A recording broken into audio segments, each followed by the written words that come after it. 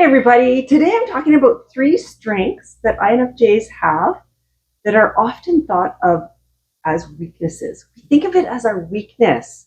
And I'm going to talk about 3 of them today because I think it'll be fun. And I think it's really important as an INFJ to recognize our strengths and to embrace them. And so many INFJs, myself included, I was there with you, we don't do that. We just don't do it for various reasons. So I think it'll be fun to talk about this today. We haven't met before. Welcome to my channel. My name is Trina Brentnell, and if you're returning, I'm so glad that you're here. I appreciate all of you guys. Alrighty, so our strengths. We have so many strengths. You know what? It was really hard for me to pick just 3 because we really do have so many, and so many of our strengths we think of weaknesses because we were judged harshly, maybe as children, maybe even in your adult life, criticized, judged. I might have said judged already. But anyway, you get the idea, right? It comes, so many INFJs struggle with this, especially as children, because we're often misunderstood. A lot of people really have no idea how to take an INFJ, a little tiny INFJ. So they'll criticize, they'll judge, they'll label, whatever it may be. And then we decide that all those things that they're labeling us about or criticizing their weaknesses because they're no good, because that's how we have interpreted what people are saying to us. Myself included, that happened to me. I was judged harshly. I was criticized all the time. I was told I was stupid on a regular basis. And I believed that for a number of years because that's what I was told. I was wrong. They were so wrong. And they're wrong about you, I can guarantee it. One strength that we have that lots of INFJs, and you know what? It's not even just INFJs, but highly sensitive people, HSPs, think is a weakness is the empathy and sensitivity. High empathy and sensitivity. You know what? It's so beautiful. Having that empathy and that high sensitivity to other people's emotions is just amazing. It allows us to connect deeply with people. And do you know how special that is? To be able to connect deeply with somebody, even if you don't really know them, but they're just comfortable enough because you're reading them accurately and they feel just at ease around you and you understand them. That is such a gift and a strength. That is what really helps us be amazing counselors. Even not on a professional level, have you noticed that people are drawn to you? You might not even notice them.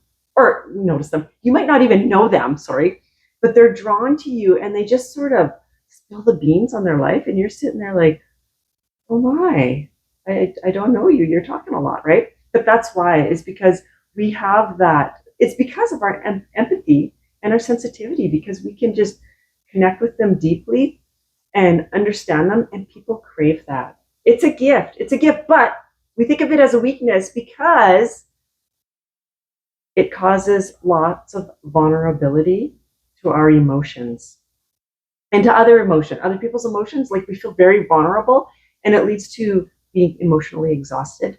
So there's that. So that's why we think of it as a weakness. So if you're in a room, if you're at a social event, and you're taking in all these emotions and you haven't really learned how to distinguish what isn't yours and keep it back, it can be very draining. And often growing up and even into your adult life, because of our high sensitivity and our emotions, we're criticized. We're called wimps. We're called sissies, crybabies. Maybe you're told you had to grow thicker skin. You're too dramatic, that sort of thing, right? But really, it's not. That's coming from people that don't understand it. And some of them might even be jealous because they want it. That's my thoughts on that one anyway.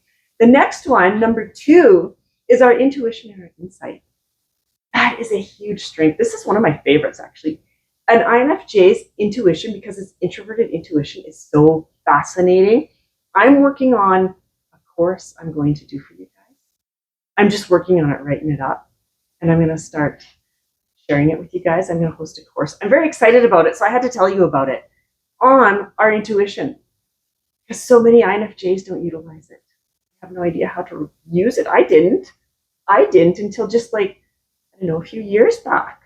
I thought it was too woo-woo. But our intuition is an excellent problem solver because we can see the big picture. we see possibilities that other people don't see. We make connections that other people don't make, right? So it really is excellent at problem solving. It helps us make decisions.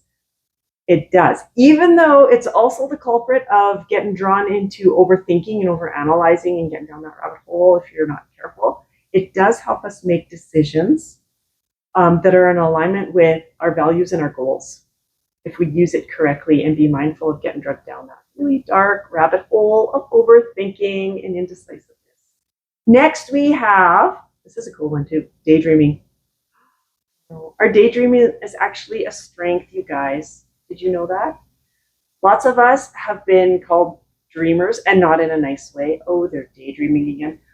Many INFJs have actually been scolded as children and teens for daydreaming, even as adults, for daydreaming. INFJs, we need to daydream. It's our strength. That's what we do. When we're daydreaming, we're not like off in la la land. Well, sometimes we are. Sometimes we are, but we're creating when we're in la la land. We are creating visions. We're getting our ideas, and those ideas have a strong sense of purpose. This all leads into making us exceptional visionary leaders, which is kind of cool because INFJs hate leadership, but we are amazing leaders because of our empathy, our sensitivity, our intuition, our insight, our idea builder, our daydreaming. We're excellent leaders. We don't like leadership though. We are awesome at inspiring and motivating others to work towards a common goal. This comes with our daydreaming, our vision that we have for a goal, and then you take our empathy and sensitivity in there, and we can motivate people, lift them up, and get them working towards a common goal and conquer it. That's what makes us amazing leaders, really. And if you're watching this, you're not an INFJ, but maybe you supervise a group of people and you suspect you have an INFJ in your group, pay attention to them. They may be your right-hand person, your next leader, because we are amazing leaders, even though we don't like it. We don't like being in the leadership role, but we're really good at it. We're often criticized about the daydreaming, like I had mentioned, because of that. People don't understand it, but we need to do it. A healthy INFJ actually needs to allow time throughout the day to daydream. For dreamers. I do it lots, but I'm a writer as well. Fiction writer. I also write nonfiction, but I love fiction. So I spend lots of time in my head daydreaming, mingling with my characters, as crazy as that sounds, but I do. I mingle with them. Sometimes I talk to them. I got to figure them out. I gotta get to know them, right? So I can write their story for other people to enjoy. Don't forget, INFJs, to acknowledge your strengths and your gifts. It is okay. It is okay to acknowledge them, to say, yeah, damn right, I'm good at this. This is my strength. It's okay to do that. It's not vain. It's not self-centered. It's not selfish. It's not being too high on yourself. What is that saying called? Too big for the britches, or your britches are too big? Whatever it is. You know the saying that I'm trying to get at. Nothing like that. It's okay to acknowledge your strengths and be proud of them and embrace them and use them, because you were given these strengths to use to help other people, to help the world become a better place. This is what we were given them for. So it's okay to acknowledge them and be like, well, yeah, I'm good at this. I'm going to do this. I'm great at it. And thank yourself for it. It is also okay to thank yourself daily. Thank yourself just for showing up. Thank you for showing up. Thank you, Trina, for showing up today and doing what is hard with these videos. I enjoy doing them. Don't get me wrong. Some days they are hard because some days I get very vulnerable. INFJs don't like vulnerability. I do it and I thank myself for it. And it's okay to do that. It goes hand in hand with acknowledging those strengths that you have and building up that self-love, that self-esteem, and making yourself amazing. I love being a self-love coach, INFJ self-love coach, because it all starts with self-love, guys. That's where it is. And this is a huge step to it, is acknowledging those strengths, thanking yourself, and just being nice to yourself. Self-compassion.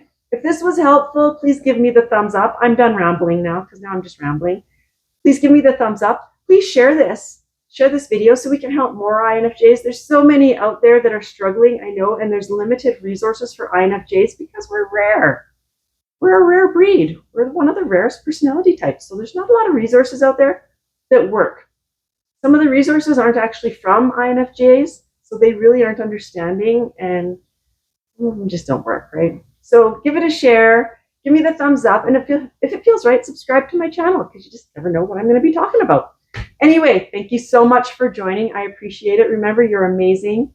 You have amazing strengths. Acknowledge them, and you're allowed to because you're a beautiful person. I'll talk to you later. Till then, bye-bye, guys.